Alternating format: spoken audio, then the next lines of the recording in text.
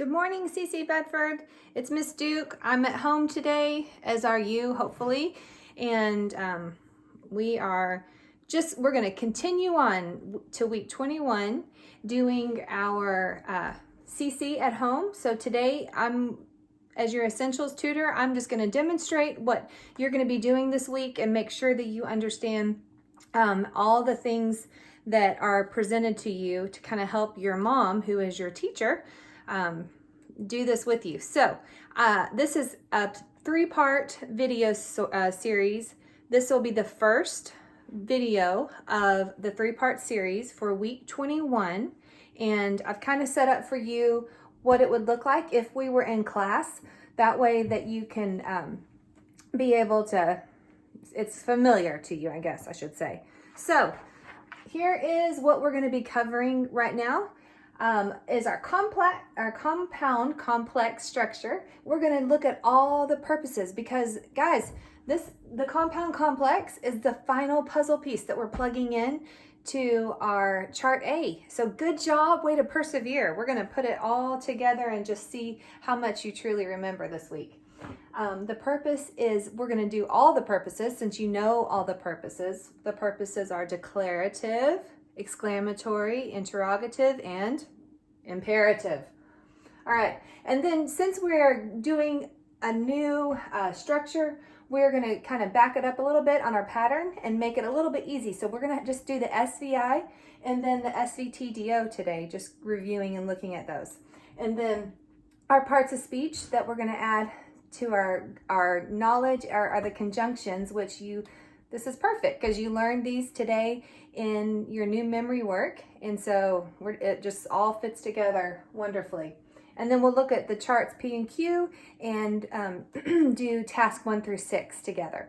So before we begin, since our new structure is compound complex, let's review what the rules are for a compound sentence. So a compound sentence has how many clauses? Do y'all remember? And you can answer out loud because I know that your mom can hear you if you're watching this. I might not, but your mom can. We have eyes back here. All right, so how many independent clauses? There are 2 independent clauses. An independent clause, let's remember what an independent clause is. It can stand alone structurally.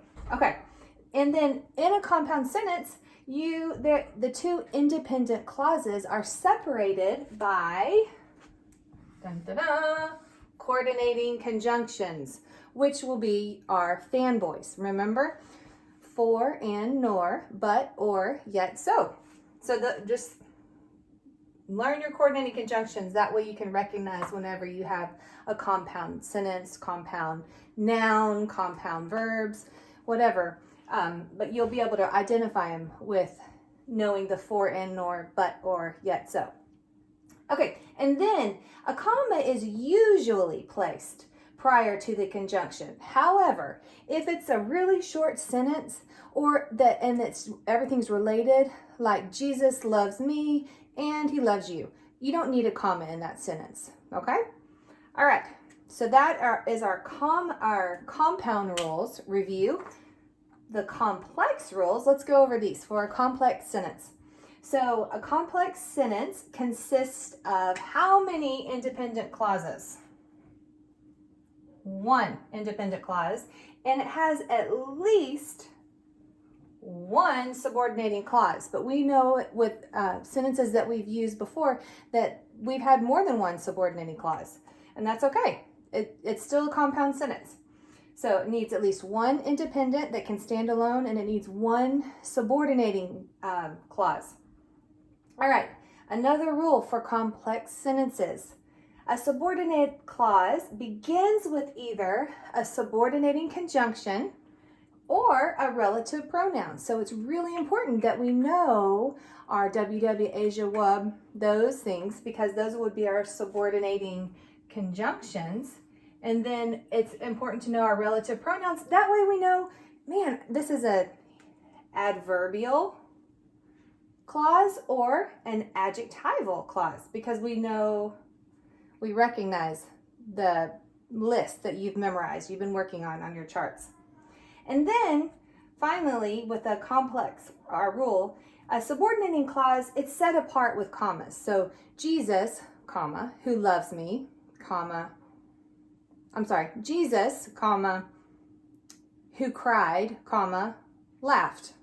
All right? It's set apart with commas. And we'll see that in just a minute when we get into our example. All right? Okay, so here is our example sentence this morning. And it is Jesus, who wept, laughed. So let's figure out, first of all, we'll go through and make sure that we know what kind of sentence this is. And I think, looking at these rules, you'll notice that it has a subordinating clause or conjunction right here with who, right? So we know that we have a subordinating clause. So we'll just put that in parentheses for now. And Jesus laughed. That is our independent clause. That can stand alone. Who wept cannot stand alone because it's not a full sentence. So, who or what is our sentence about? It's about Jesus. That is our subject noun. Well, what is being said about Jesus? He laughed. Verb. And laughed what? There's no answer to that because the sentence ends. So it's intransitive. Our verb is intransitive. Now we'll go label this part. So who wept? Who or what is this about? Well, it's about who. And who is a subject pronoun. So we'll label it SP. What's being said about who? Who wept. And wept is our verb. Wept what? No, nothing there. So it's just intransitive. So what kind of sentence is this? If we have a independent clause, and remember, we would go through and underline our independent clause, right? One time. And then we have a dependent clause or a subordinate clause. What kind of sentence is this? It is a complex sentence, right? Because it follows these rules right here. And as you can see, it consists of one independent clause and at least one subordinate clause. It begins with a subordinating conjunction, who, and we've set it apart with commas, right? Of course, I wrote here. Let me show you so you can see better. Jesus, comma, who wept, comma, laughed. We've set apart our subordinate clause with our commas. All right, but I told you that today we're going to be doing compound complex. So let's make this complex sentence compound.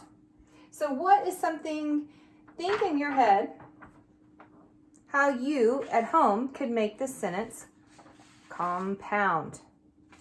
See if you can think of something. Of course, I'm right in your way.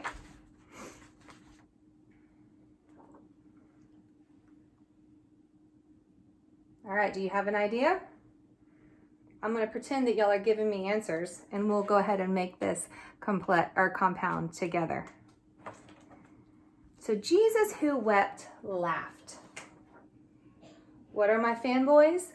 For and nor, but, or, yet, so. So I'm going to choose Jesus who wept laughed, yet I'm going to erase my period there and make it a comma because my sentence is going on. Yet he sang. And I capitalize, as you notice, he, because as honoring to God, since he is the Almighty, I'm going to keep him capitalized, okay? All right, so did I make this a compound sentence?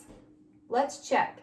Our compound rules states that we need two independent clauses. Do I have two independent clauses? I know I have one up here.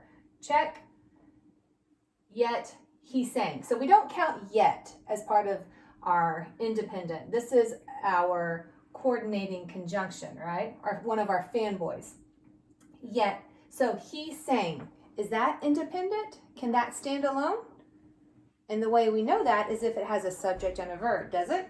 Let's see. Who or what is this sentence about? He, subject, noun. What's being said about he? Sang, or subject pronoun, excuse me. I don't know if you heard that. What's being said about he? He sang.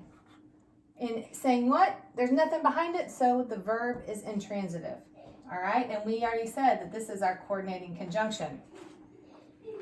All right, so this, let's make sure it's separated by a coordinating conjunction, check, and a comma is usually placed prior to the conjunction. Did we do that? Check. All right, so we have a compound, complex sentence joined together by a fanboy, and because it's compound, it has two independent clauses joined together by a fanboy.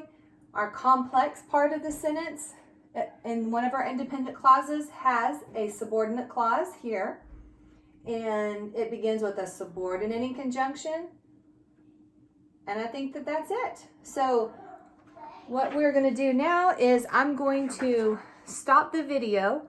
I will let you write your own compound complex, come up with a sentence. It will be exciting to do and make sure that you really understand what we're talking about. And we'll come back and we will diagram and go through task 1 through 6 with this sentence. Okay?